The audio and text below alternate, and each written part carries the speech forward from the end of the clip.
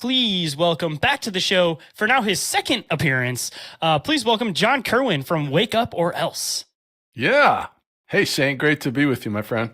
Absolute pleasure to have you back on. It's been almost a year, I believe, because it was like December 2023, I think, when we were checking it out, episode 186 or 187. So it's been a hot minute. Definitely. I'm looking forward to it. I was just scanning the different titles of a bunch of your podcasts, so I feel very much at home with this crowd for sure.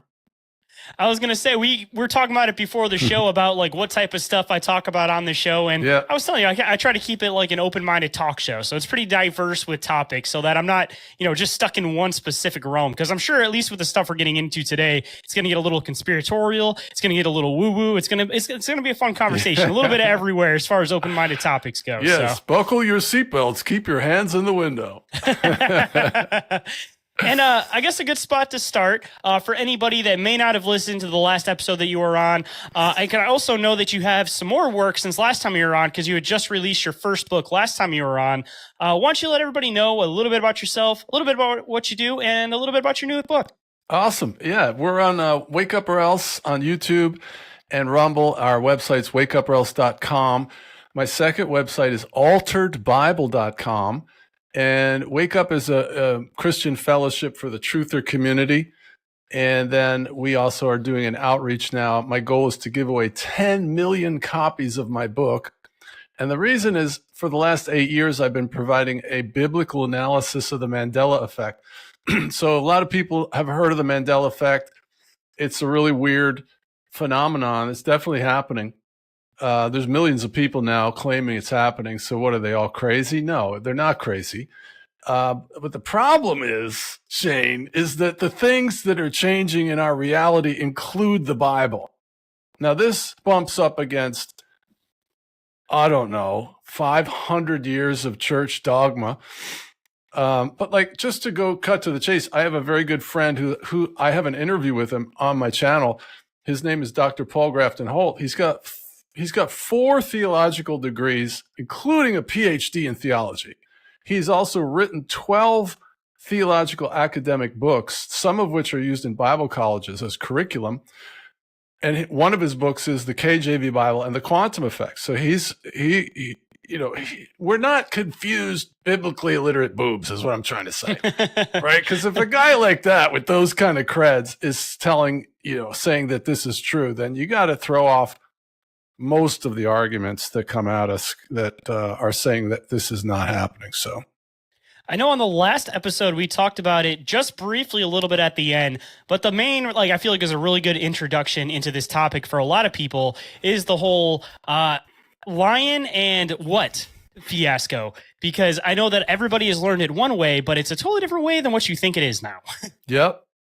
There's a lot of familiar scriptures in the Bible that aren't the same way that we all remember them. And that it took me 8 years to figure this out. God's patient with me. But what's happening is that most people that don't believe this is happening will try to suggest that we're just misremembering.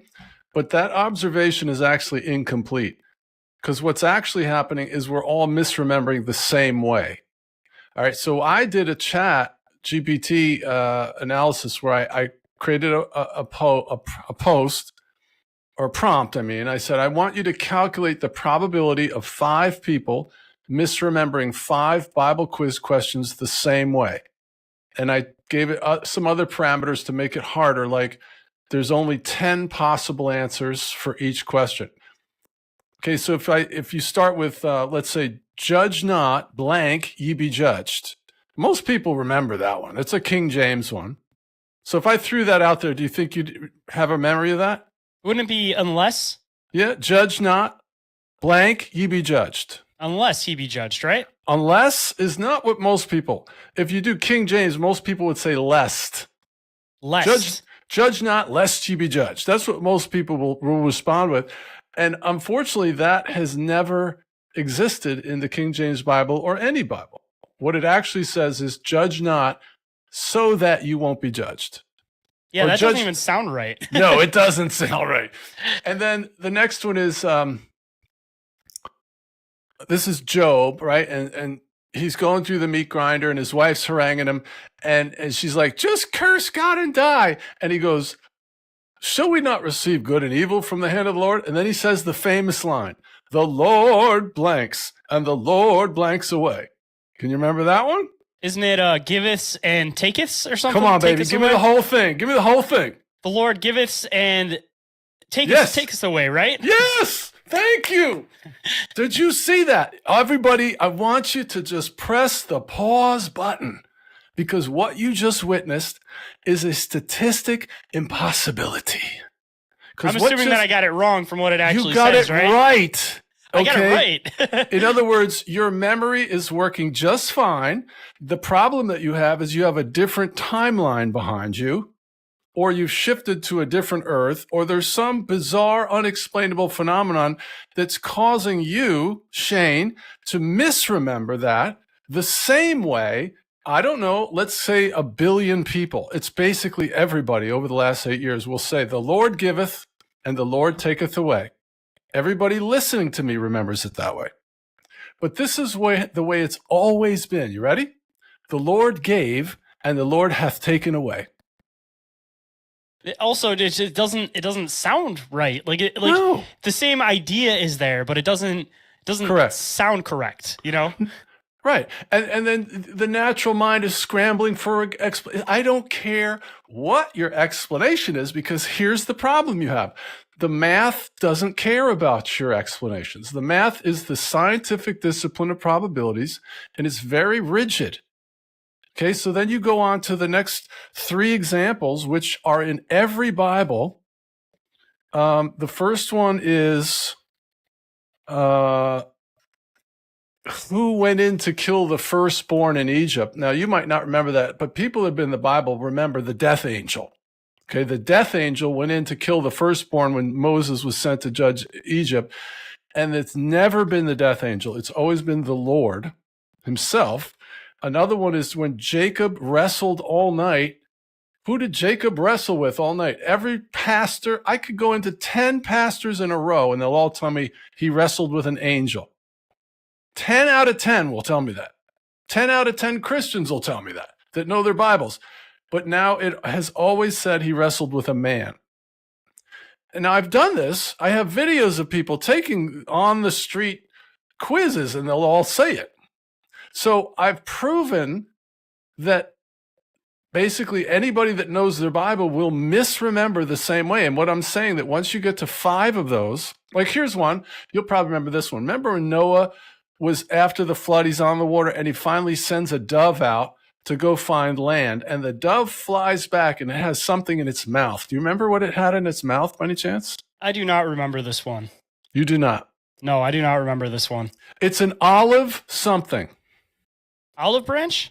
Ding, ding, ding, ding. Correct. You win a new car. Tell her what he's won. Oh my gosh. That's 2, you guys. Okay. What just came out of Shane's mouth, olive branch, has never existed in any Bible.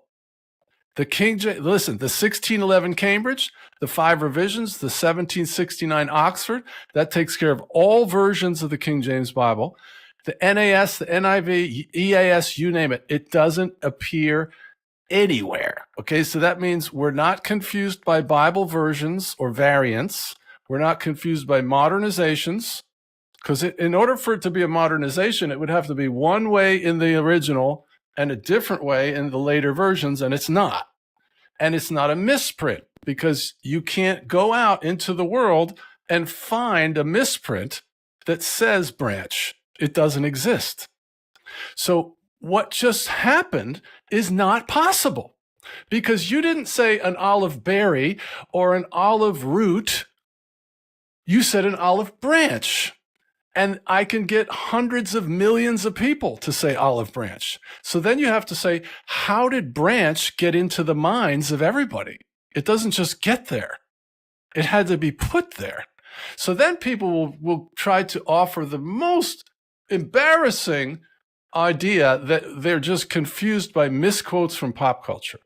Okay, now, the reason that's so ridiculous is, first of all, if that was true, again, it wouldn't explain why we're misremembering the same way, because we would still be misremembering differently, unless the only misquote was exactly the same. But even then, so what?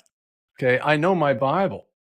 It's like, if you go over to Facebook and you see somebody saying there is no God, what, do you become an atheist all of a sudden because the guy's saying there's no God? I mean, what are you talking about? Everybody's going to the same church and they've all heard it wrong from the same person. Right. Right. So this one statistic basically vanquishes all of the following objections. These are all the reasons why I have been given why the Bible isn't changing. They'll tell me that God preserves his word, the Bible can't change. And I've basically written a 400-page book called The Mandela Effect, Supernatural Bible Changes, and the Doctrine of Preservation of Scripture, to refute the fact that God preserves his word. It doesn't teach that. All right, then the devil isn't that powerful. See, the problem with that argument is that presumes that God isn't the one calling for this. God is the one that has initiated this as a judgment on his people for turning the Bible into an idol. They have exchanged head knowledge for a relationship. And if you read like Amos 8, for instance, here's what Amos 8:11 says. This is God talking. He says, I will send a famine, but not a famine of bread. It'll be a famine of the word. And men will seek the word, but they will not find it. They'll travel from the north, the south, the east, and the west, and they will not find the word. That's God. Okay, so I have 5, 6, like 7 other examples in my book where God withdrew his word as a judgment. So the idea that we're suggesting that the devil has somehow gotten an upper hand on God is ridiculous. The devil can't do anything unless God lets him. And so he's letting him. Revelation 13. The beast is given power and authority to wage war against the saints and to prevail against them. All right, then we're told, well, you're just misremembering. Well, I just dispelled that because that's not accurate. We're not misremembering. We're misremembering the same way. Or they'll say the human memory is unreliable. I can dispel that one real easy. Here's a question. If you go to your aging parent and for the first time, they don't recognize you, they say, who are you? And you're like, Shane, this is Shane. I'm your son.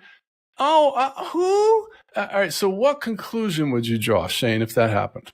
I would assume they have Alzheimer's at that point or dementia. Right. Okay. Now, what you just admitted is that you believe the human memory is extremely reliable when it comes to vivid memories. Yes, definitely. Okay. Especially things that you learn during an age where you're basically constructing your framework of like how you perceive reality, which is what a lot of people are when they're undergoing a lot of these like biblical studies. Yes. It's a time when things stick like a sponge, like brain's like a sponge at the time. This argument is very convenient for this topic, but what that proves is that really people that claim that don't really believe it themselves, because that is the same answer I get from everybody. So basically what that proves is that people actually know the human memory is so reliable when it comes to vivid memories that if a parent can't recognize their child, the only explanation would be mental illness, because the human memory is so reliable that the only way that could happen is if there was a mental breakdown, right? Well, we have memories, not all of them, but some are as vivid as our children's faces. For me, it was the Monopoly guy had a monocle. That was my number one. Because I grew up playing Monopoly. I remember we wore the game out and we had to get new ones. We played it so much. Okay. And I'm here to tell you that my Monopoly guy in my timeline had a monocle, bro. Period. See, mine was Curious George. Every time the Mandela Effect comes up, Curious George having a tail. I remember having a stuffed animal of Curious George that I used to spin up around my head from the tail. So I wouldn't have had that memory unless that thing had a tail. See, that's what we're dealing with. We don't understand how this is. I mean, it's so bizarre. The fact that your reality is morphing. I mean, and when you really get into this, it gets even more bizarre.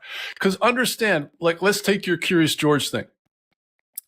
If you go back and you look at the original trademark from whenever Curious George was first invented, we go back, we do our research. What we find is that the Curious George cartoon never had a tail. In other words, it didn't have a tail, and then the Mandela effect came in 10 years ago and changed it, and now it doesn't have a tail. It's way more exotic than that. What we're experiencing, the best way I describe it is that a new timeline has been edited into our existing timeline. So right up until whenever, our memories aren't affected by this phenomenon, but our timeline is. So the reality, the realm, the data sphere is telling us that the thing never had a tail. And we're like, what are you talking about? He had a tail. No, he didn't. And he never had a tail. So this is why, Christians look at this and they're like, well, that's ridiculous. I can see Matthew Henry in his commentary in the 1600s talking about how the wolf will dwell with the lamb in Isaiah 11:6. And I'm like, no, you don't understand. In this timeline, the Bible has always said wolf. It's never said the lion will lay down with the lamb. It's always said wolf in this timeline. But we are somehow from a different timeline, or we've shifted from this earth to a similar earth where in this other earth, it never was lion, it was always wolf, right? Or there might be some other really bizarre realm change philosophy, or maybe the way we're decoding the realm, but I don't really know. I don't know. I just know it's not misremembering. No, definitely not. And I mean, just to make a couple of weird connections, it seems like a lot of this stuff kind of started popping up around like 2012 or so, even though the memories go back farther than that. So I'm kind of curious if we could find like a pinpoint about when everybody started noticing this stuff, if it could almost be like a point where we know that some of this stuff started. And kind of depending on which background you go into, and maybe they can kind of somewhat mix a little bit, but you either have like the quantum side of things where you have this whole timeline concept where timelines are blending, which is more like, I guess, the sci-fi concept kind of diving into it. But then on the other side, you also have like the biblical aspect to a lot of this type of stuff where you're wondering like, how could this stuff be being altered in our reality? And I mean, on that side, I could definitely see the theory that, demons, the devil, Lucifer, whatever you want to call them, these different beings are able to manipulate people's perception. Yeah. So maybe that could potentially be a portion of it. Or like I was trying to say, kind of blending the two together with all of the weird stuff going on with CERN, with all like the particle colliding, all of that, with all the weird rituals and everything they were doing when those places opened. Maybe there is a tie between smashing together particles, opening rifts or doorways, and this whole demonic realm. Like it could all kind of mess together depending on, I guess, which way you're coming into it from. But. Yep. It's a very good point. Depending on your worldview, you're going to probably adopt an opinion about this. Like, for instance, we'll go down this rabbit hole for one guy that I know very well. He got gas at the Exxon in his town for like 10 years. And one day he goes up and it's a Sunoco, like overnight. It's a Sunoco. And he's like, what? This has not been a Sunoco. So he goes in and he talks to the manager, and the manager's like, well, I've worked here 8 years and it's always been a Sunoco. All right, so we started drilling down on this, and then I got another really good friend who is a lineman. He does tests oil pipelines to make sure they're safe, right? And he has this one route that he goes on, same route, for 20 years or something, right? And he calls me up and he goes, "Are you sitting down?" He's like, "I got this route. I'm driving down this road. I know exactly every blade of grass on this route." He goes, "I turn this around this bend and there's an entire graveyard there and an entire subdivision that's never been there." So I drive in. I'm totally freaked out. He's got a YouTube channel, Harbinger of the Harvest, it's called. Does Mandela stuff. So he drives in there, and this place has been there for years. You could tell it's worn and stuff. And he's like, "How? I mean, it's really hard for me to embrace the idea that we're in the same place and the place that we're in changes." Okay, like think of a video game where you have a cheat code and you just do Shift F, and then your character suddenly has a whole new set of chainmail and a new sword, right? Bing. All right. What I'm thinking is more rational, or it's easier for me to accept, is that we're actually like the veil between parallel Earths is thinning, and we're shifting over to another Earth, like the multiverse concept, because that makes more sense for my natural mind where if I go to a different Earth, well, in that other Earth, that graveyard and that subdivision was always there. That Sunoco station was always there. Because how do you explain the people? Right? Where did the people come from who have worked there for 8 years when they never, right? There's no explanation for that except the parallel universe, multiverse. What do you think of that?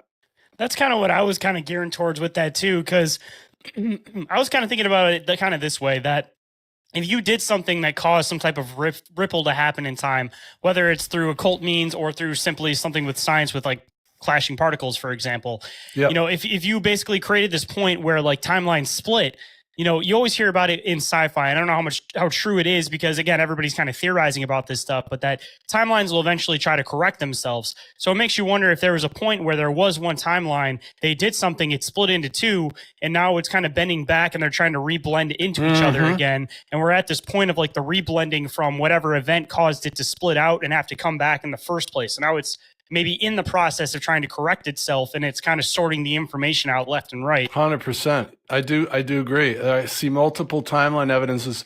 We've proven that in our Mandela Effect community because we have people that experience what are called, we call them time tributaries or reality bubbles, we call them. So for instance, one of the things that we rely on to determine if something is a Mandela Effect is consensus. So if I remember the lion laying down with the lamb, but the Bible's never said that, that's one thing. But if everybody else remembers the lion, well, that sort of supports the hypothesis, because now you have a really unexplainable thing. How did it get into everybody's mind, right? Well, what we found is that even though you could have like 100 people on a live stream and now take a poll, who remembers the lion laying down with the lamb? It's like 100%, but there would be one person who swears on their mother's grave that in Bible college 20 years ago, there was this big debate about the wolf laying down with the lamb. So in their memory, on that one thing, they have a different timeline, but the rest of the things they share with us. So it's like we're all on this raft going down a river, a time river, but then sometimes certain people will just jump off the raft onto a tributary on one thing and then come back with everything else. It's so bizarre. See, that's kind of what I was saying about like the timelines where they split and correct themselves. Yeah. It almost kind of makes you wonder if they do this thing where it's one straight timeline, they bounce out, they come back, but then there's like a ripple when they come back in, where almost imagine it like two lines dissecting each other back and forth. And then as those points crease, that's when everything kind of like, it basically has to ripple itself back in, where you have these like, it seems like they go in spurts, where you have like a bunch of weird Mandela effects that'll pop up and then they'll kind of go away for a minute and then new ones will pop up. It makes you wonder if it's that like bounce back until the timelines completely correct themselves back up. But I mean, bringing up the lion and the lamb thing, I mean, that's always how I've known it. And it seems like most expressions end up coming from a lot of biblical references. So the whole idea with, what is it? May comes in like a lion, out like a lamb, or in like a lamb, out like a lion, that whole expression, like, I don't feel like that would have came from anywhere else unless it came from like a biblical reference to begin with. So like, has that expression changed? And if so, like it doesn't have the same place. It doesn't mean the same thing. And same with the biblical verse with it. That's where the term, extending the olive branch comes from too. It comes from the biblical reference of the olive branch coming back from the dove.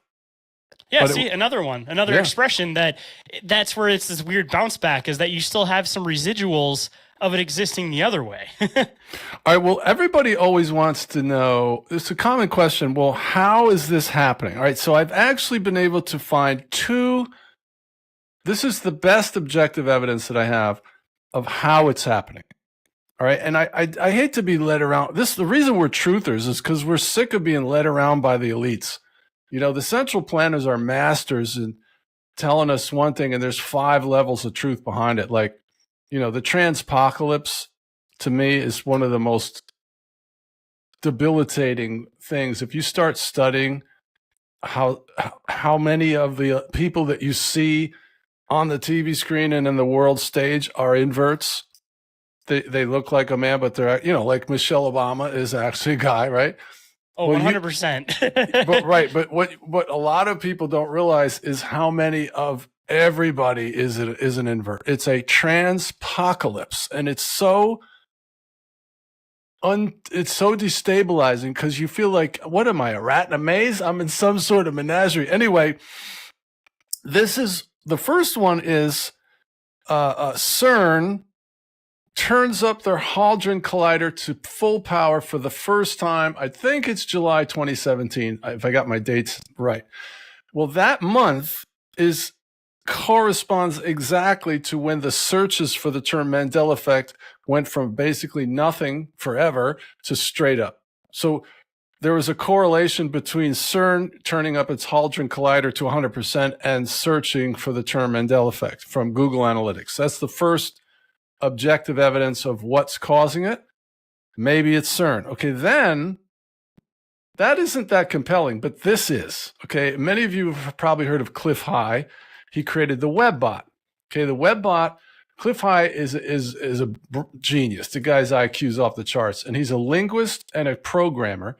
And back in the early 2000s, he created this spider thing to go out on the internet and look for, listen to conversations and then run the conversations through these algorithms. He was trying to get an edge to trade stocks, basically, because people are talking about different stocks, right?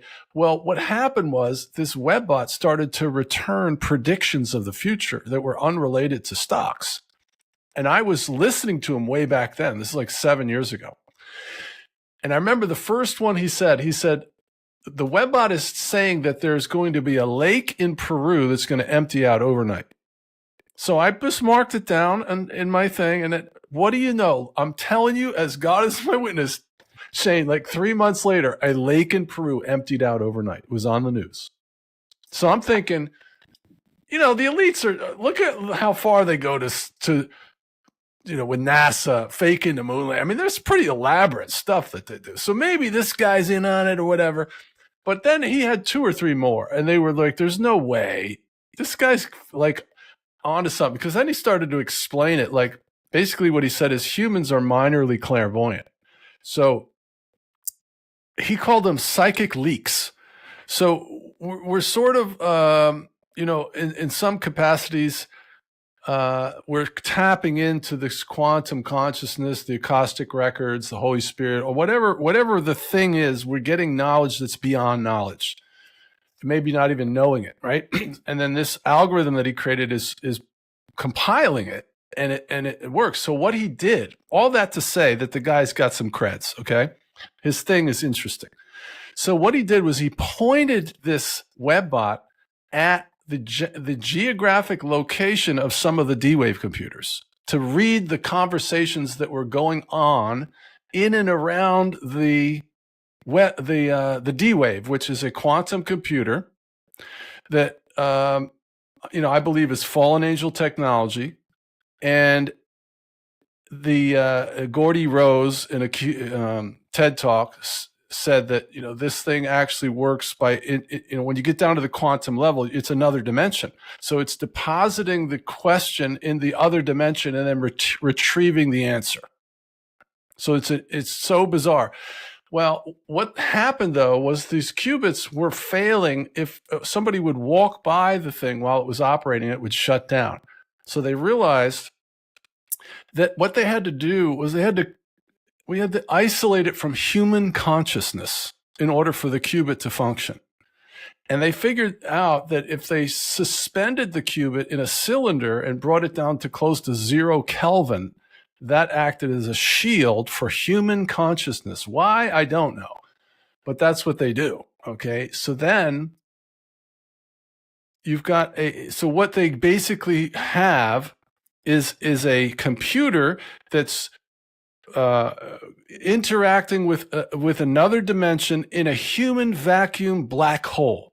Okay. And at the center of that anomaly, if I can borrow the term from Star Trek, emanating out geographically from that area, that point in space, is a high concentration of reports of Mandela effects. Think about that. That blew my mind. So there's a specific center point to it then. That was a direct correlation. Because see, I believe Cliff High is legit because I've watched him for years. And I know his webbot. I actually subscribed to his thing because he started pointing his webbot towards cryptos. And I was trading cryptos way back then. So the guy is totally legit. So when he told that story, I was like, wow, that's strong, man. That's really strong evidence that this D-Wave technology, and actually CERN created this really dark video. It's called Synergy. And if you ever... I ended up talking about that before on one of the episodes I did of Bizarre Inquiries, just how weird and occult just the trailer was. Oh, yeah. It's totally bizarre. Well, in that video, they've got one of the scientists holding a sign. It says Bond 1. And then let me get this right. Okay, so right, Bond 1, Mandela, Bond 1, because the first Bond's name was Nelson. So the sign says Bond 1, the first Bond, and then Mandela. So the sign was basically saying, yeah, we're taking responsibility. We're causing the Mandela effect. They claimed it.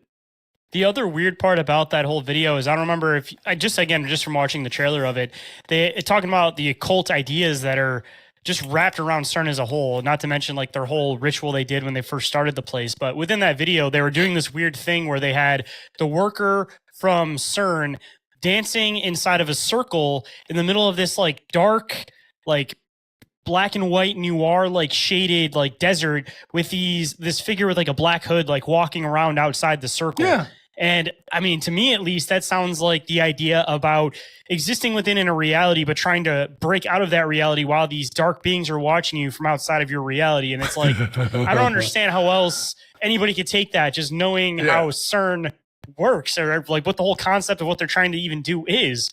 Because CERN, they're maybe not as direct about it, but they have a hydrogen particle collider down in, I believe, Tennessee, like Anchorage, Tennessee, or something like that. And they'll straight up tell you they're trying to open up like doorways to other dimensions. Like they're open about it. Like, Yep. The guy that was the head scientist for CERN was interviewed in an Italian magazine, and he said, "We're opening up a portal, and we're sending something through, or something might come through." Now, the real kicker. Well, there's a few things about CERN. First is the logo is clearly a 666. 100%. Then their mascot out front is Sira, or Shiva. Shiva, thank you, the goddess of destruction, right? But the real kicker is that the CERN is built on an old temple to Apollo, right? But if you go to Revelation 12, I think it is, it speaks about the angel will bring a key down. A key is given that will open the abyss. And out of the abyss, guess who comes out? Apollyon. Just different archetypes with different names. Oh man. So these elites are really, really, really religious. I mean, they are more religious than most Christians. So they're dealing with stuff, ancient stuff, and they're deceived, though. They think that Satan's actually a good guy and that God's done the raw deal and he's going to overthrow him, but they're deceived. Because Isaiah 14 says, this is at the judgment, he says, "And they will say, is this the man that caused the nations to tremble?" That's all the people that followed Satan, thinking he was going to set up his kingdom and they were going to rule with them. But he's a defeated foe. God's just letting them run around to prove a point. I know that a lot of the people that dive into the occult aspect of stuff, because we've done a few episodes diving into a couple different societies on my other show, Bizarre Encounters, but like their whole ideology is essentially that like God basically kept knowledge from them, and that this Lucifer character was basically the good guy just trying to give knowledge to the people, just trying to let them understand the way of the world. And they basically have like the same Bible, but they kind of view it from a different context, rather that like Lucifer was the savior trying to give knowledge and God was the one who was trying to keep knowledge away. Yeah. So it's like, it's weird. It's the same story, but it's just like a totally different like viewpoint and vantage point that you can tell is definitely like intended to be corrupted. But it's just such a weird way about thinking about it, because a lot of people will dive into this occult stuff and they want to know like why they would side with the bad, but it's not that they necessarily think that they're siding with the bad. It's rather that they're thinking that, again, there's not necessarily this infinite good or infinite evil, but rather that there's this idea about being given this knowledge that humans aren't maybe intended to have, or that they believe they should have had in the first place. And that's basically what they're siding about, isn't anything other than the quest for knowledge itself. Mm-hmm. You know, and Satan's got a really good pitch too, because if you think about it on the surface, I mean, Satan's offer sort of looks better. It's like, hey, you could get chicks, you could have all the chicks you want, you could, do what thou wilt. You don't have all these rules. Come on, you want to have fun. You've got urges, right? And you want, well, okay. And over here you got Jesus. Hey, follow me, and you got to take up your cross and deny yourself. You got persecuted. It's great over here. And you're like, why would I go over there? Well, I'm here to tell you that I drank the cup of demons down to the dregs. I broke all 10 commandments, including murder. I have tested the boundaries of perversion and vulgarness and thieving and every aspect of sin to the bottom. And I found that it left me with leanness of soul. I was so empty that it wasn't working, right? And so I was in the bookstore one time, and I saw a book on Satanism. This was the title of the book. And I opened it up, and the front page, it said, the purpose of Satanism is self-indulgence. And what I thought of immediately was, well, if Christianity is the opposite, then the opposite of Satanism is self-sacrifice, right? So think about it. If you stop eating, you're going to fast for 2 days. The moment you start eating a piece of bread or even a lettuce leaf, the flavor is like bursting, isn't it? Yeah, you appreciate it more. What happens is when you deny yourself, you're able to enjoy things more. And on the opposite side, that's why the elites get into all the taboo stuff, is because they do as thou will, and they just do whatever they want, to the point where nothing is enough anymore. Nothing is fun. Nothing is entertaining. So they just keep looking for the next level, next level. It's an addiction process. Same with the knowledge. You know, Satan knows that, or Lucifer knows that the quest for knowledge is never going to end. So it's going to be this endless addiction that, you give them a little sprinkle and they're going to keep chasing it to get that next piece of knowledge, the next piece of knowledge. And you just keep them on this constant path and chase their entire life. Yeah, it doesn't work. See, the problem is we're born into God's universe. He's not a drunkard and a whoremonger and a liar and a cheat. He's holy, and he'll bring us to him, and he'll change our nature through the born again experience so we can live holy. But you can't change him or his universe. So if you're going to live in a rebellion to the way he is, then it's going to go hard for you. It's not going to be easy. And, you might have fun, like, Cyndi Lauper or whatever, but you're not going to have joy and peace. There's no peace for the wicked. I mean, peace is the most valuable commodity. I'm here to tell you. So many people can't even get to sleep at night. They got to take a sleeping pill. They're trying to drown their angst in booze and drugs and sex, and it just, it gets it for a minute, but then that wears off and you're worse. I mean, you're just going down, baby.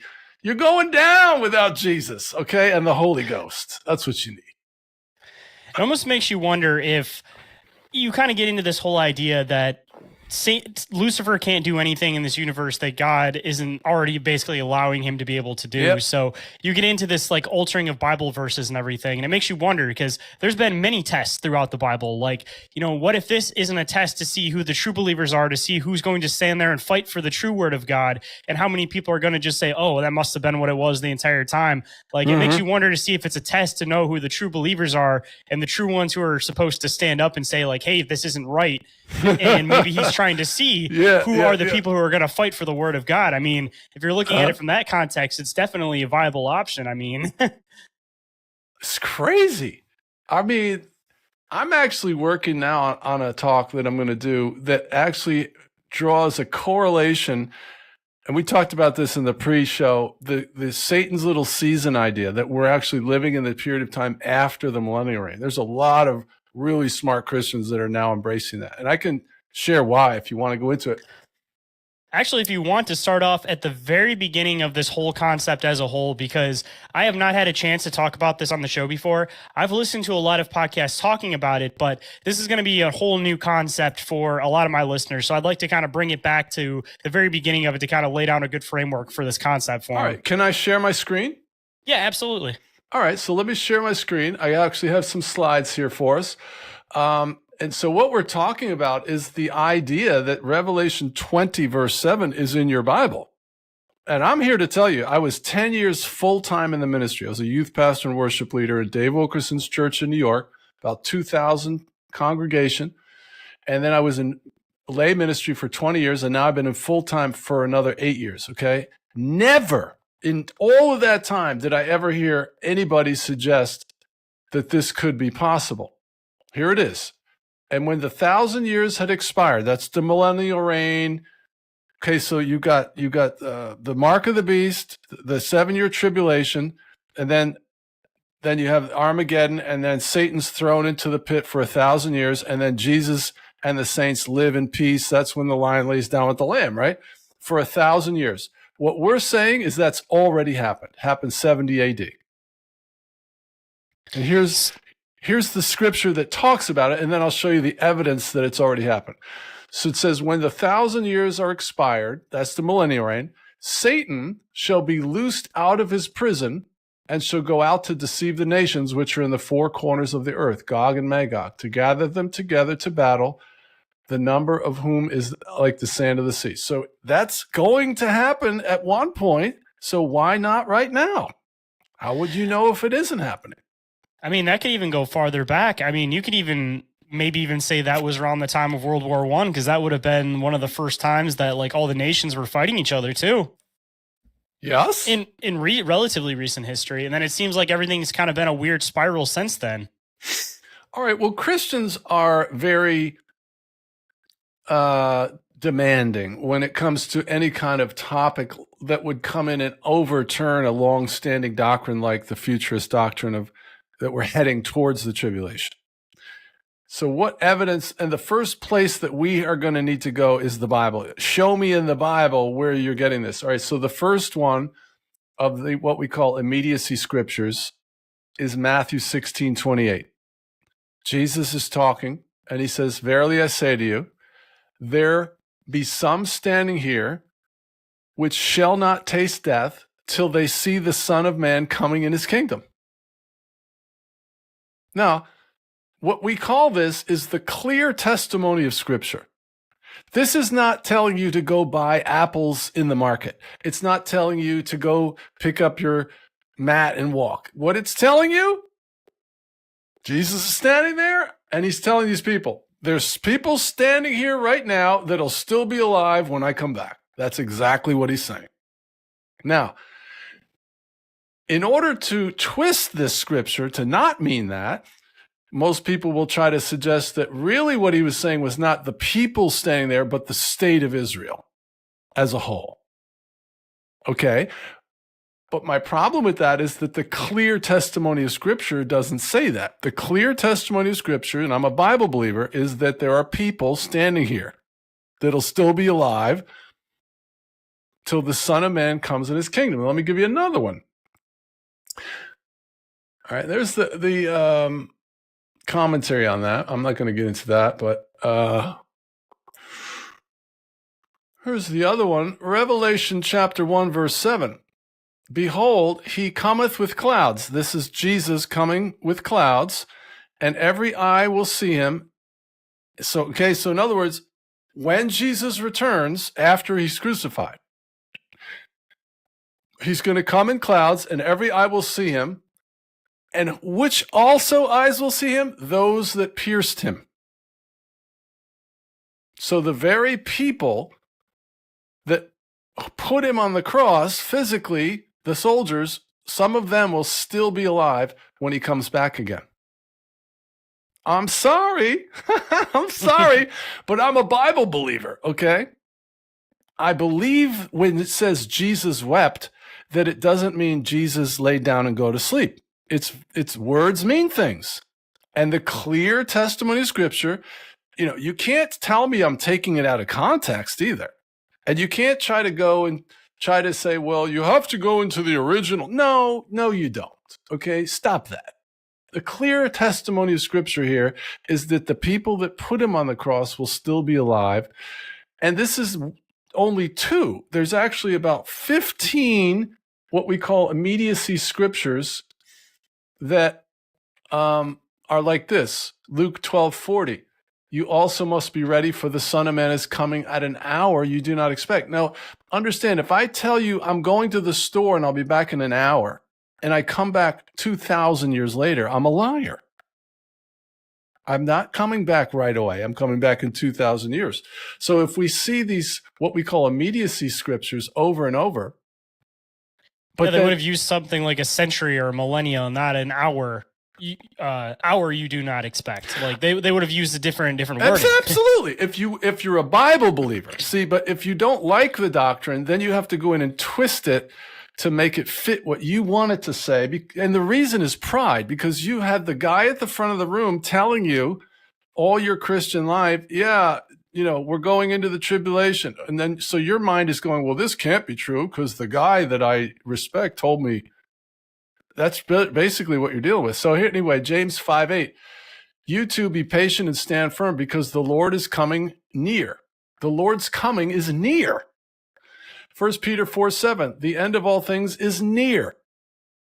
Philippians 4:5, let your gentleness be evident to all. The Lord is near. Hebrews 10:37, for in just a little while, he who is coming will come and will not delay. All right, and there's more of these. So I've seen atheists who were debating Christians, and what the atheists pointed out was the Bible's not reliable. And the reason they said was because the apostles obviously believed Jesus was coming soon because of these types of statements. So, I mean, I wouldn't take it any other way personally, at least from reading these. Like the wording would have been different. They would have mentioned, they just would have used completely different adjectives to describe like the time. Right. So there's people a lot more research in this than I am that are going into the Bible, all throughout the Bible, and finding all kinds of scriptural evidence beyond what I just shared. But let's just say that's enough. I think that's plenty to let everybody know, this is not some cockamamie false doctrine. We are standing on solid biblical evidence that this idea is rational.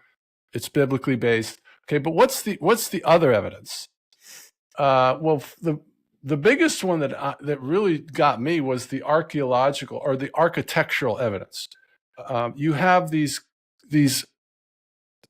very, very ornate, complex stone buildings all over the world that can't possibly be explained the way they're being explained. We're told that they were built in a couple of years in the late 1800s by people with no power tools who lived in shanties. And, you've got these cathedrals with just massive piers and incredible carvings. I saw one guy, he's a stonemason.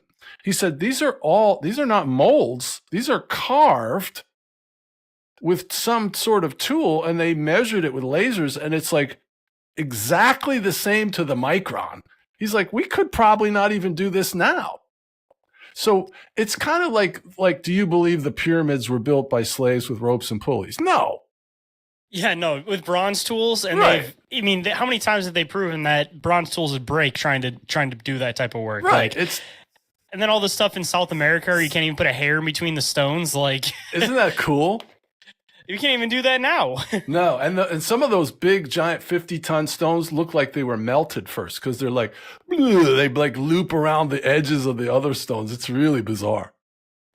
But these buildings, okay, so what these buildings prove to us is that they're lying to us about our history, which, long story short, it goes to the idea that the 1,000-year reign happened, but it's being covered up. So these buildings were built during the millennial reign by the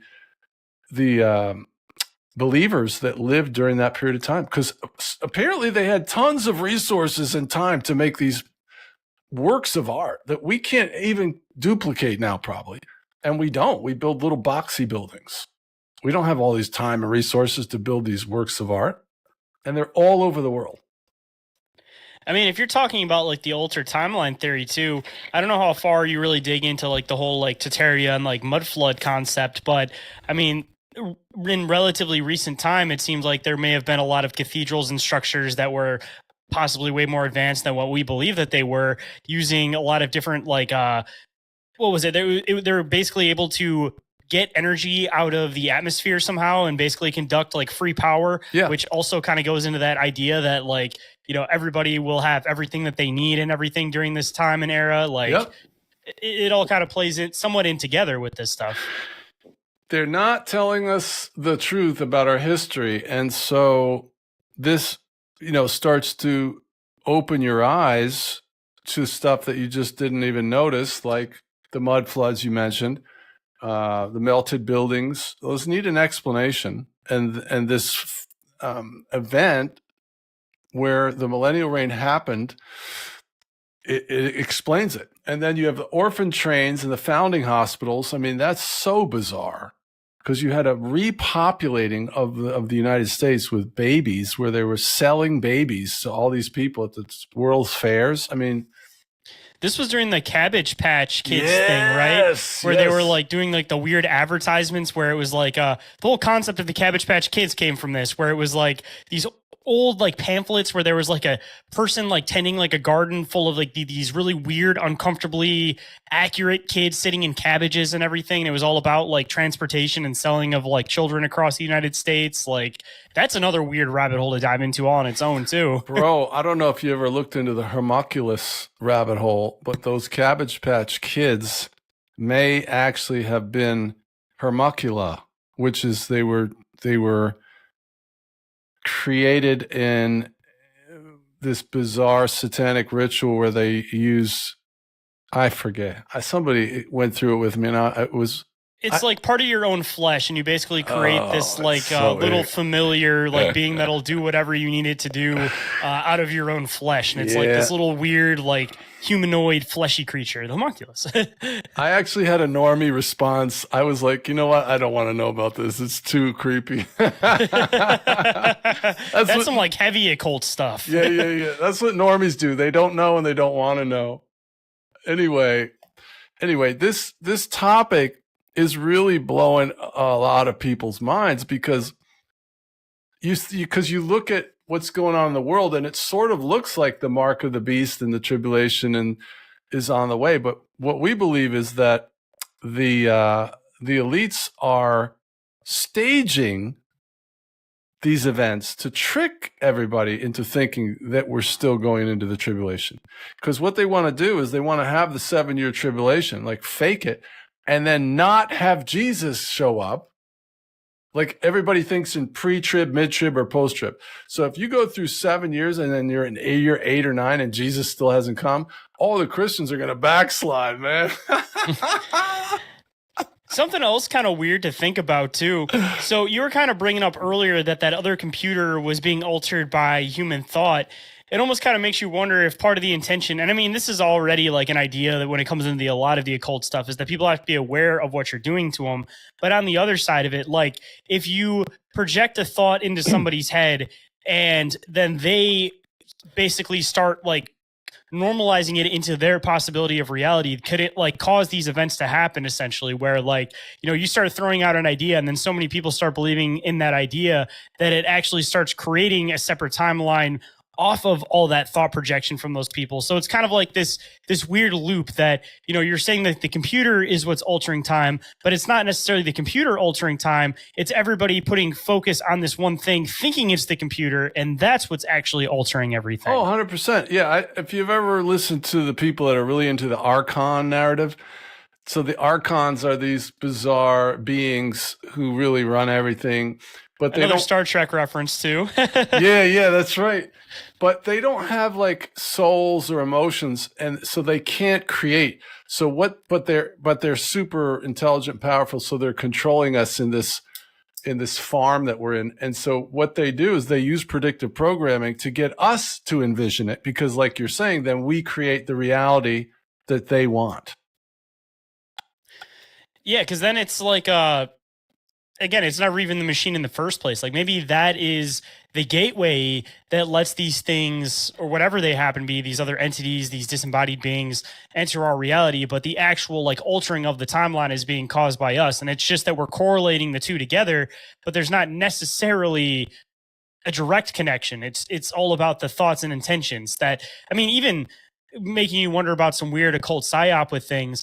It makes you kind of wonder if they put some stuff out there here and there just to make it so that people will start thinking about that. So then it shifts the paradigm to something else. Like, I know that there was the whole thing that came out with Sinbad, where there was the, what was the name of that movie for Sinbad? I always mix up the two. Shazam. Yeah.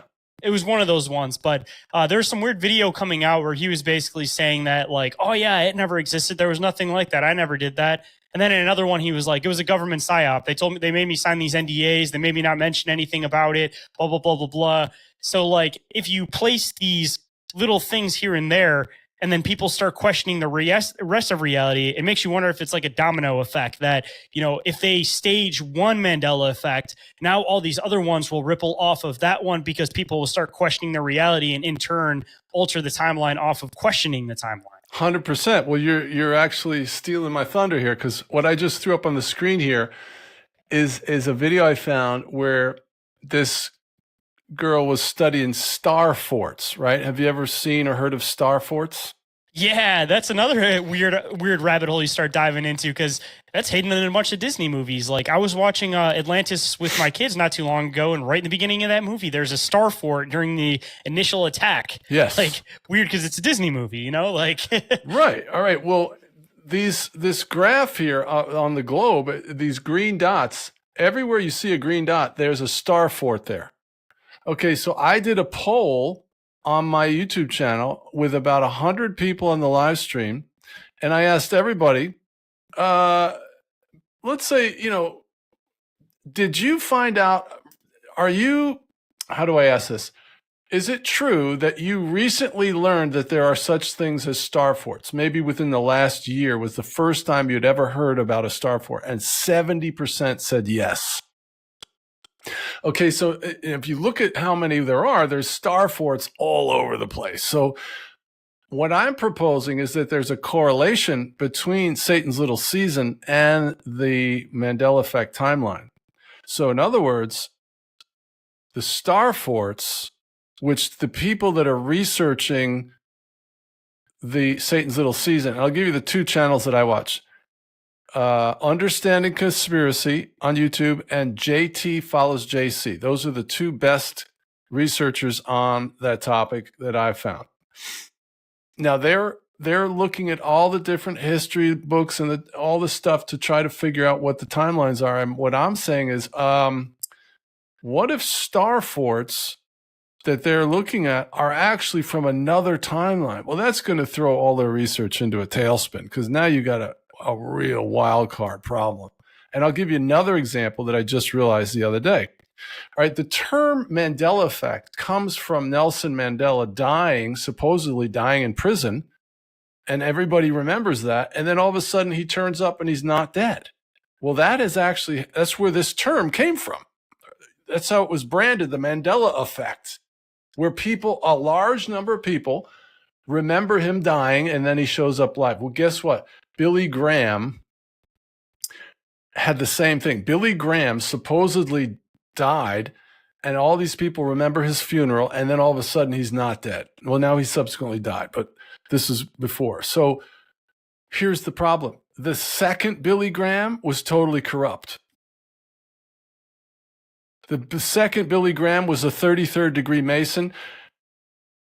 He was interviewed by Robert Schuller, and he said, oh, yeah, Muslims can go to heaven as long as they love God. Well, Billy Graham would have never said that. He preached the gospel as Jesus is the only way. I mean, it was total heresy. So my point is this. If we're in Satan's Little Season, the number one presenting characteristic of this time is that Satan will be loosed again to deceive the nations. And so if that is the time that we're in, and he's got this fallen angel, he's got this technology at his disposal to be able to basically shift the timeline so that, and then have a different people coming back into the new timeline with bad characteristics. There's a scripture in the book of Revelation talks about the beast, and it says, who could make war with him? Well, that's what you would say if you could push levers and change timelines and bring people back from the dead and, make them evil for you. So now so the deception that people are under, trying to understand God, well, your Bible's being scrambled, and then they're trying to know what's God, and so they're listening to Billy Graham. Well, he's now an evil version of because Billy Graham would never have said that. So I'm starting to create a correlation between Satan's Little Season and the new timelines, because I'm telling you, I never knew of Star Forts until maybe a year ago. I'd never heard of it.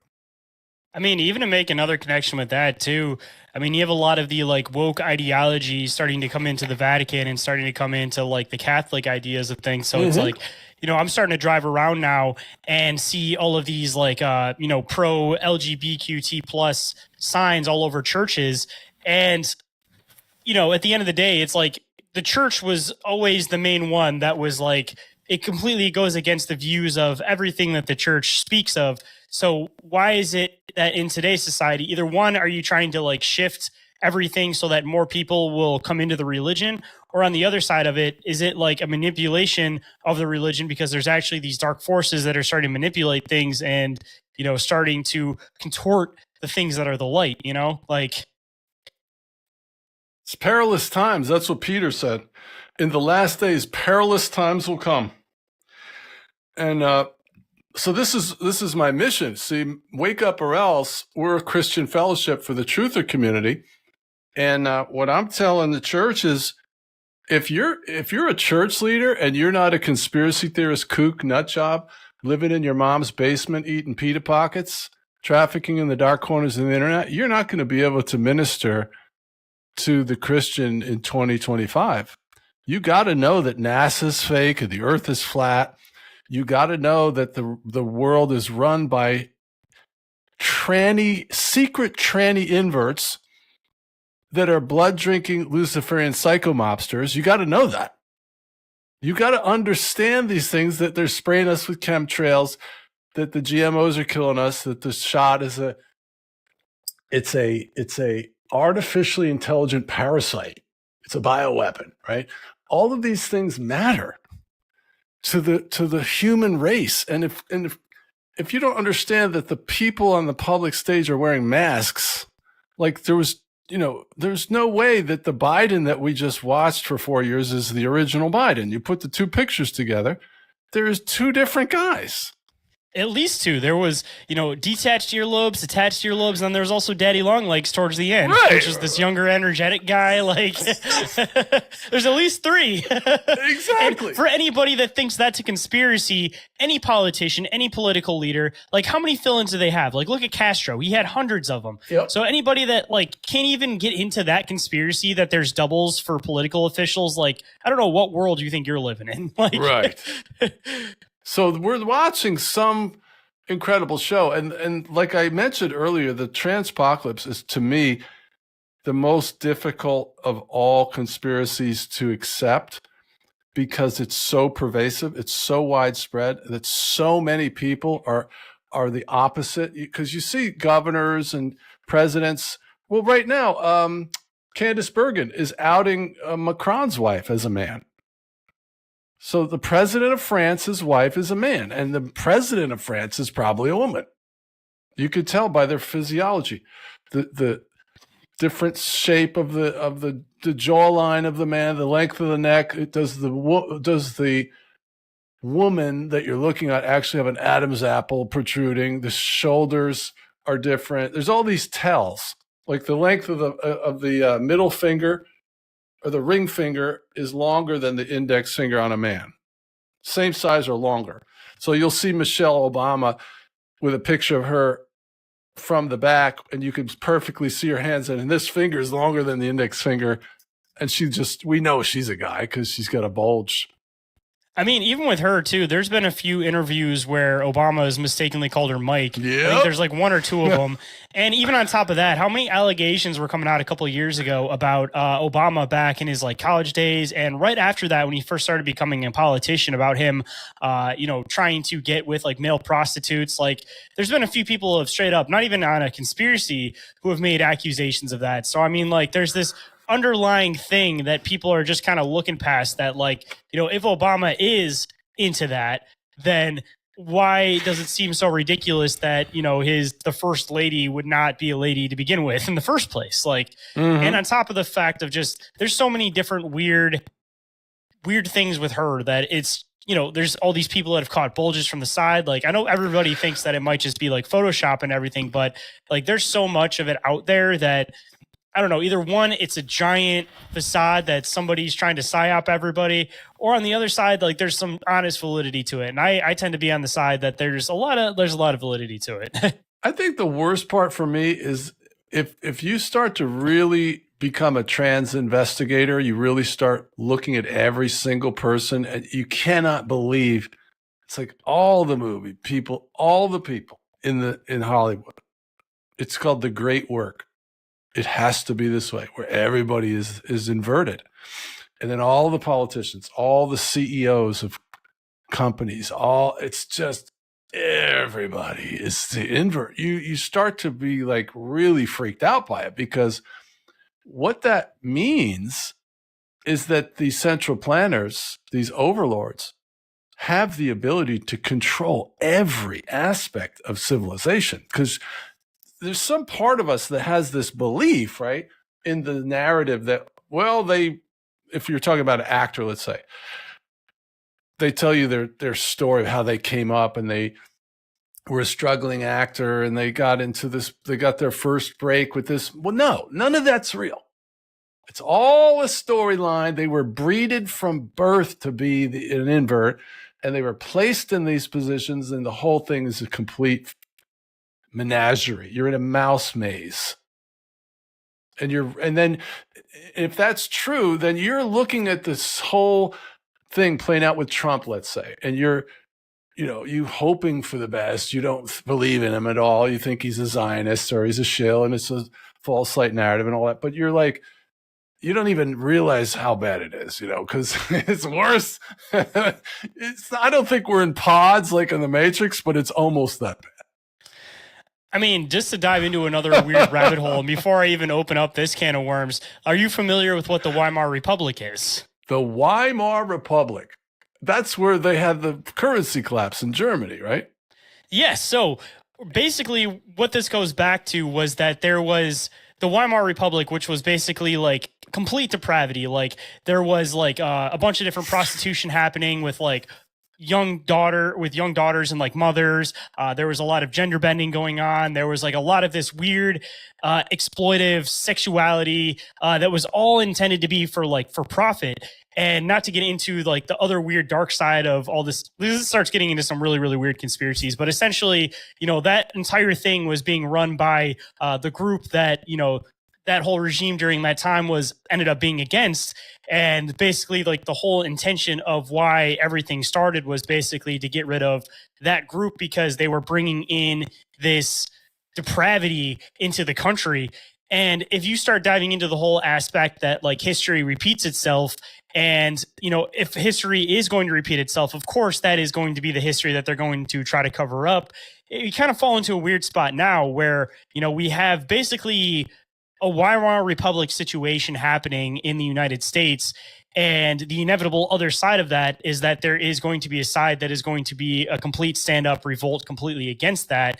And whatever way you want to try to view history, either one, it's going to be this idea that they're trying to get rid of the base thing that was starting all of this disgusting stuff that was happening in the country. And that's, inevitably what led into the other thing. But if you bring it into the context now that, I'm not saying I'm on necessarily either side of the political spectrum, because I think that it's all a giant game to begin with. But, you have this one side that's completely to the other side, and then you have this one side that's completely the other side. And eventually those sides are going to clash. And the one prevailing side is going to be the side that you're able to recontrol again.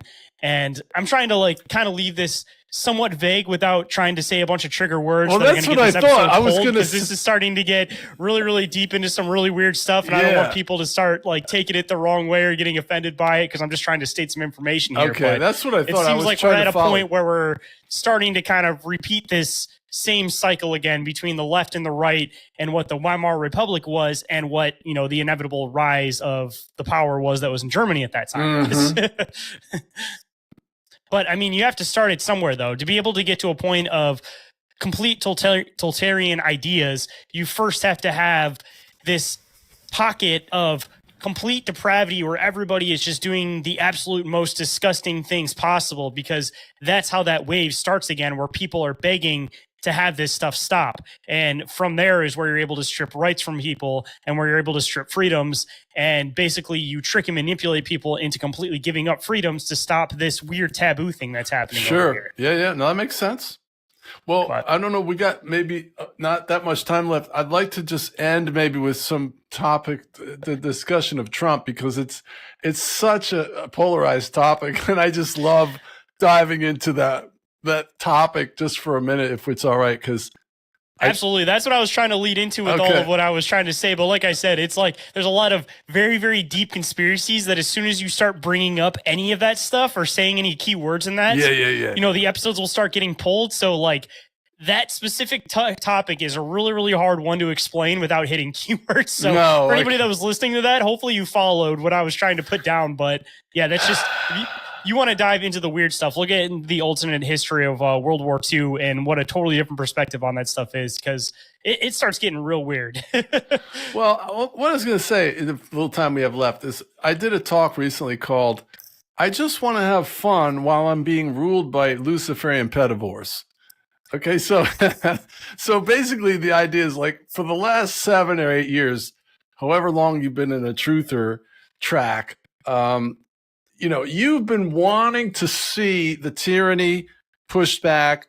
You wanted to see, you know, all of the corruption, and especially all the DEI and the LBG, all this just flagrant wickedness being flaunted in our face with drag queen story time in the libraries, and putting porn books in the kindergarten library, and the parents come in and they start reading the book that's in the library of their public school, and they're thrown out because they're not allowed to speak such horrible things in the city council meeting. And they're like, hello, you're giving this to my 5-year-old or whatever. So they're making a documentary on the Weimar Republic for Netflix and trying to make it sound like it was a positive thing too. So, I mean, talk about spinning another narrative with sexuality. Like, I see where you're going. Well, all I'm saying is that we're actually seeing this happen now. Now, you know, the truther community is so jaded. We're like a dog that's been just put in a kennel out in the backyard, and then once a day, somebody goes out and beats him with a 2x4. That's what we're like. And we're just so jaded about any hope, anything good.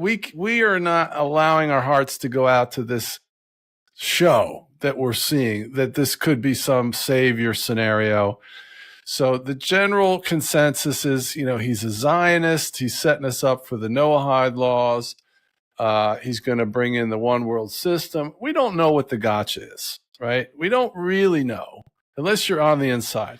But we're not letting our guard down for a minute. So all I'm suggesting is that in the short term, give yourself the permission to just enjoy,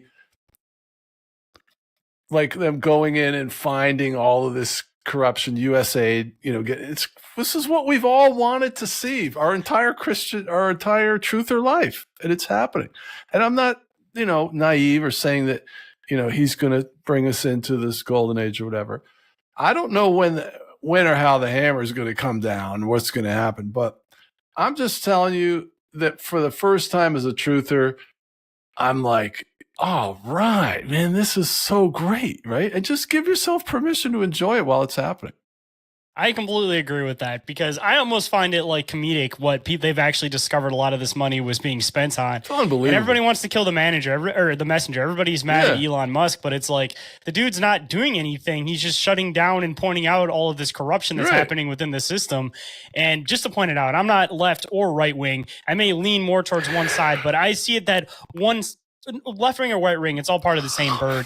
And inevitably, it'll end up back in the same place again. And the way that I kind of see it is either one, if you would have picked the last one in this one, you would have ended up with this woke ideology, which would have eventually led to the stripping away of freedoms like freedom of speech, freedom of this, because that would be the means of doing that. But with this other option, yes, like you said, we're getting our wins in the beginning, which I'm all for, definitely be happy about. But, you have that black pilled mentality, like you said, being a conspiracy theorist. So like I see the inevitable possibility that it might just be another route to the same thing that going through this means it's just through a technological future where your rights are stripped away because, you get scanned every time you go into this area. They're able to track where you're going when you do this, so it's like either one, you're getting your freedom of speech and everything stripped away from this means, or on the other side, you're getting your freedom to be an individual and, have your own right to be private taken away because of this tech future. So it's like inevitably leading to the same place. It's just pick your poison.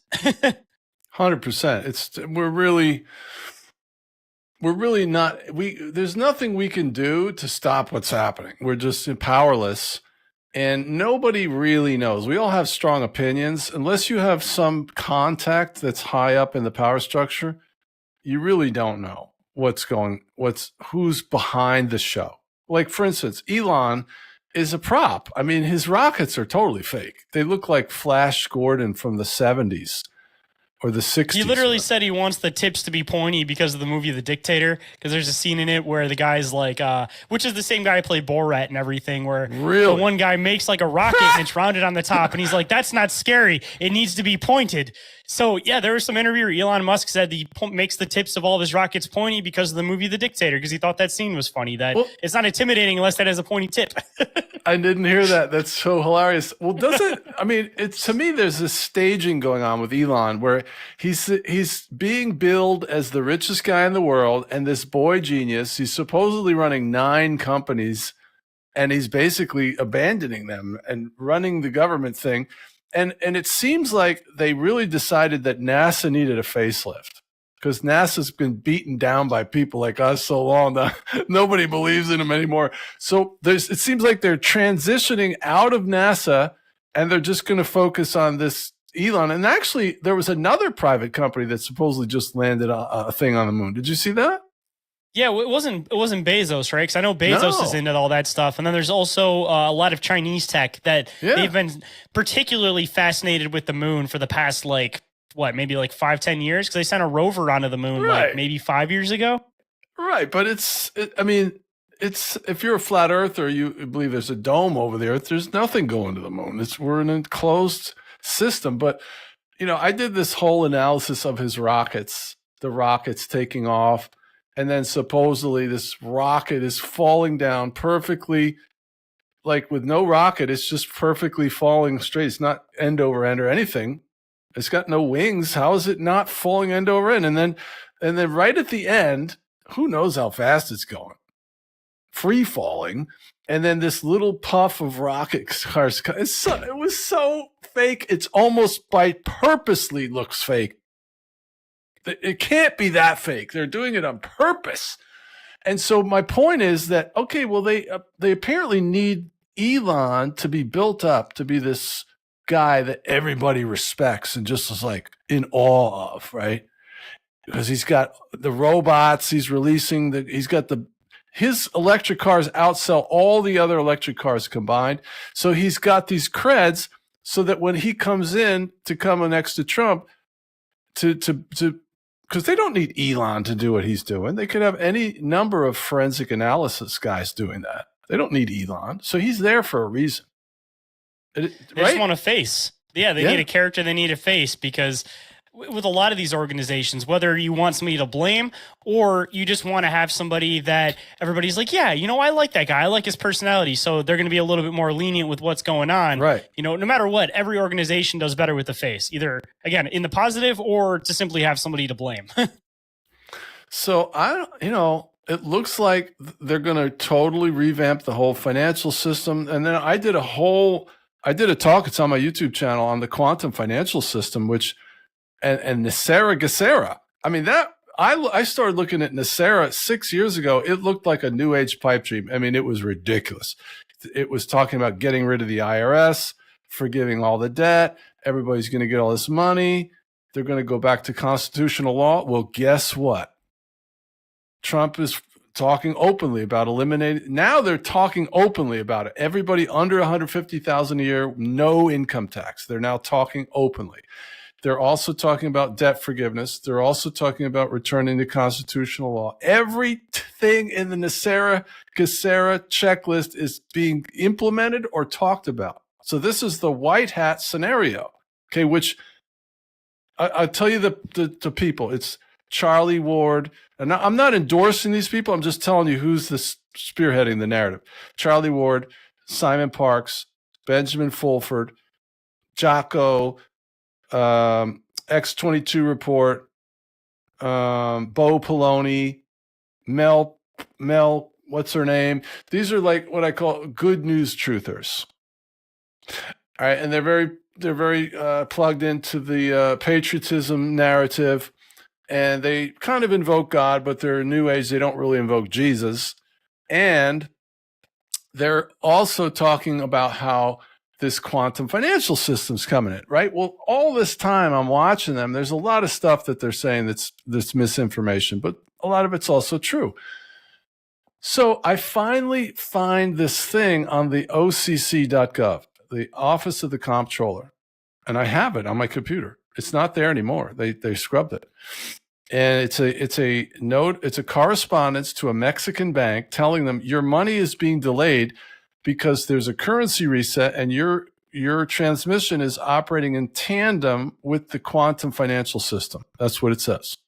All right, now that could be a plant, but I'm going to let's assume it isn't, okay? And it's on a government website and it's evidence that this is true. Well, now there's tons more evidence than that, but what I'm saying is that there is a huge shift coming that is, on the surface, it all appears good.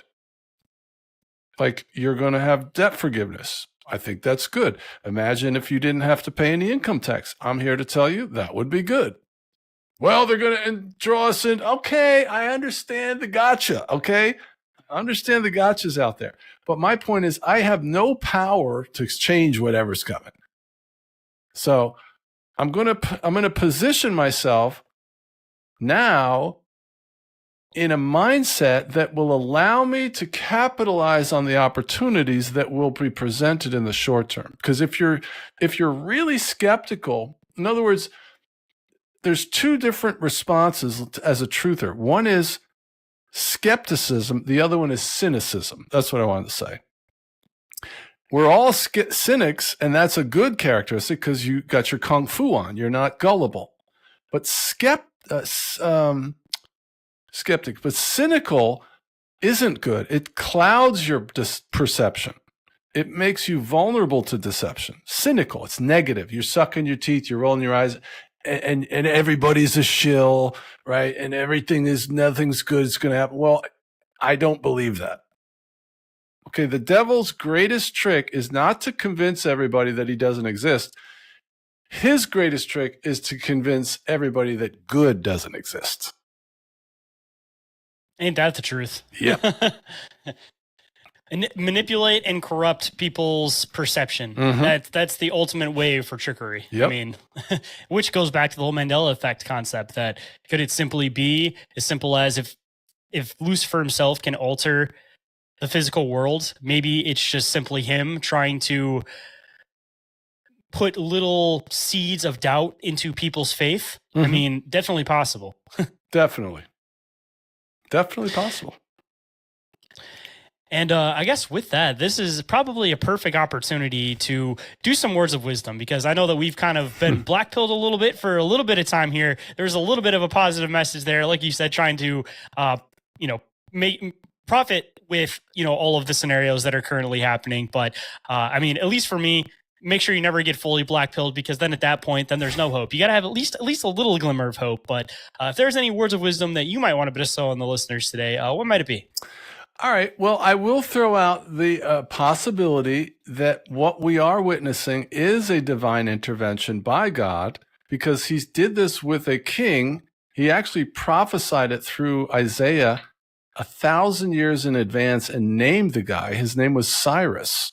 So God used a pagan king that wasn't a godly man to deliver the children of Israel. And there are certain prophecies that line up with Trump that he is that guy. I'm not saying I believe it. I'm just saying that as a truther, you got to keep your options open, or it clouds your ability to discern, because that's what normies do. Normies know what they believe, and they won't be confused with the facts. So other evidences are prophecies like Kim Clement nailed it. He had really detailed prophecy about Trump, that he would have 2 terms, which he ended up having. There would be a space in between, which he had. And he said the second term would be different. He said in the second term, he would actually be a praying president. So here's the wild card. Okay, I understand there's all this evidence that Trump's a Kabbalist and he's a Zionist. I understand that. Okay, however, what you don't know is if he got visited by the angel of the Lord somewhere and is converted. That could have happened. And it would line up with the prophecy of Kim Clement that he is a Cyrus and he's here to bring humanity, to break us free from a millennium of captivity under Babylonian debt slavery. Because all I'm saying is that's what's happening. That's what my eyes are watching happen. So it's, but what I say after I say that is I say, if we're still even alive in 12 months, I'll be as shocked as anybody. So I got healthy skepticism, believe me. But I mean, at least with the whole thing going on with Trump, it's like, I don't know. I like to hopefully have some positive belief on it, that maybe, going back and forth, that you had to have that first term so to kind of lay the groundwork. The second one, you had to have that completely in a different direction, so that in this new term with him coming in, people actually want what he's trying to do. And I mean, whether that's positive or that's negative, I guess it kind of depends on people's perspective, but I'm hoping that it's the positive one. It's just, again, the conspiracy theorist in my mind that, it's hard for me to ever get behind any candidate, no matter what they're saying, right? Because I will always have doubt in the back of my mind. And it's one of those things that if you've been lied to enough times, it's hard for you to believe anybody, even if they're speaking the complete truth. Because, we could have the next politician come out and speak everything complete truth and try to set everything to exactly how it should be. But, us conspiracy theorists will still have that doubt in the back of our mind. Like, what is your intention here? Like, when people start speaking to the quote conspiracy theorist, the conspiracy theorist question, like, why are you speaking to me? Right. Plus, there's so much confluence on the time that we're in right now, like the prophecy of the popes. I don't know if you've ever seen that. And the guy was a priest way back when, and he prophesied every single pope that would exist and said specific things about each one. And they all have it. It's unbelievable. And he told exactly how many there would be. And the last pope is the pope that we have now, which just died. How many 2025 premonitions are there about from Baba Vanga, for example, saying that World War III and this all-out holy war is going to start in the Middle East in 2025, and it seems like we're kind of on those lines. But there's a lot of weird predictions for 2025, and all of them seem to be based around like some type of world war or holy war that all seem to start in the Middle East, which just fully plays into this whole biblical paradigm of everything. I mean, there does appear like, if you think that Trump is part of a false light narrative, and I don't doubt it, it's probably correct, but let's just say, or let me just say it like this. Doesn't it seem like there is a real battle between good and evil going on? I mean, the Dems look totally vanquished, and so if it's a false light narrative, what that means is Trump is brought in to betray the existing group of bad people. He's a higher level bad guy. So he's on the same team as the overlords, and he's double crossing all of the under minions then getting us to kind of go along with them because they need to trick us into complying, right? So that's the false light narrative. So that certainly is probable. Okay, but I'm just saying that if we're in Satan's little season, I have more optimism, because if we're going into the tribulation, the Bible is giving me an eschatological timeline, or predicting what's coming. Well, now it's sort of an open field. Like, there isn't really a lot to go on if we're actually in Satan's little season. So that kind of has given me more permission to have some optimism. Like, for instance, if it is a false light narrative, it might be 10 years from now. We might get to die of old age if we're in Satan's little season. Or get locked into some type of virtual future. I mean, I've definitely theorized about that, trapping people within some type of like virtual system. Oh my gosh. AI is definitely an existential threat. And I mean, they can't keep chemtrailing us. That's another existential threat. There's so many existential threats. It's geoengineering. They're trying to help the weather. Yeah. That's what they're saying now in the mainstream media. We're crazy for believing in chemtrails forever, but now they vaguely talk about geoengineering on the news, and it's okay because we need it, right? Well, what I was going to point out was it does seem like there is a battle going on, but like not everybody's on the same team. And my point is, if the bad guys are getting routed, they're not going to just go like, well, we've ruled the earth for thousands of years. I guess that's that. You won. No, they're going to go scorched earth, and they're going to release some really nasty bug or take us into World War III. They certainly seem to be doing that. Hey, you got to nuke it, I guess. That's the logic, right? If you're not going to win, you just nuke the whole board. Pretty much. It's almost like you start losing that Monopoly. You know, what happens? You don't just leave everybody else to play. You flip the whole damn board. Absolutely.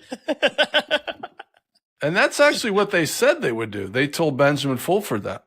They said, we've ruled the world for thousands of years, and if we can't rule the world, we'll burn it, we'll blow it up. That's what they told them. And see, the white hat narrative is playing out. The Q movement, Trump is Q. So in other words, people that said that Q and the white hat narrative was fake are wrong. Now, it might be part of a false light narrative, but the fact that it doesn't exist has been proven to be wrong. It's happening. Everything the white hat narrative said is happening. I'm waiting for Q to pop back up again at some point. I mean, at some point during this Trump candidacy, like. Well, I mean, I'm not like a Q expert, and I followed it when it first came out, and it was really interesting. And a lot of the predictions, there were predictions that happened that didn't come true, but there was a lot that did to the second. So you have to, ask yourself, well, how did the people that predicted these things know to the second that these things were going to happen 2 years later? Right? I mean, there's still room to be wrong, though, because when you start getting into the timeline things, I know, like I've mentioned this a million times when people start talking about future predictions, that if timelines are always altering and changing, somebody might see one timeline, but it doesn't mean that we're going to stay on that timeline. Mm-hmm. So, I mean, like, if somebody has a handful of predictions and some of them are just absolutely on point and other ones are just completely off, like, again, you have to take into consideration they might be from two different timelines, or they're viewing it two different timelines, or when they made those predictions, we were on one timeline and then we altered onto another one at some point after that. So I've had people try to convince me of that idea where it's called a reality bubble. Like, you and I are in the same room, or like, we'll use chemtrails. They would try to suggest that when you point up to the sky and you show people the chemtrails, that they're actually seeing something different than you are standing right next to you. I don't believe that. Do you? No, I don't. Definitely not. I think it's just a matter of people don't want to see what they don't want to see. Right. Like, that movie Don't Look Up. Yeah. Prime example. Like, they had all the means to tell everybody. They ran around telling everybody. All the people had to do was simply just look up. Yep. But if you have enough people saying, oh, it's fine, don't worry about it, everybody's going to fall into that comfort and nobody's going to look up. And that's kind of where we're at now. Like, all of us conspiracy theorists running around like a chicken with our heads chopped off, just trying to get people to look, and nobody wants to look. I mean, maybe that's why they made that movie, as like like an FU to all the conspiracy theorists. Like, you're going to run around doing this forever while we're the ones controlling everything and nobody's looking up. Aren't normies incredible? Normies are really They're not taking any prisoners, man. They're unbelievable. They just watch that movie as a comedy, not as like a precautionary message for how society actually functions. But they just don't want to know. They do not want to know. On another side, perfect leeway in, actually, for people that do want to know. You were saying before the show that you actually offer your books for free. I do. So this might be a perfect opportunity for those that do want to know to be able to go and check those books out. Excellent. So if anybody wanted to check those out, they want to check out any of your other work, or they want to contact you for any reason whatsoever, how might people do that? Awesome. All right. Well, let's start with the last thing. My email is wakeuporelse@proton.me. M as in Mary, E as in elephant. My YouTube channel is Wake Up or Else on YouTube. wakeuporelse.com is where you can download the books for free, or you can download them at alteredbible.com.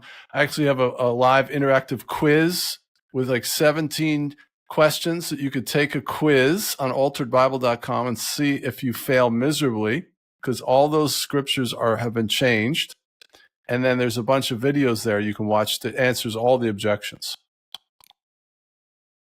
Well, perfect. And I will make sure that I include all of those links down in the show description so everybody can find it quick and easy.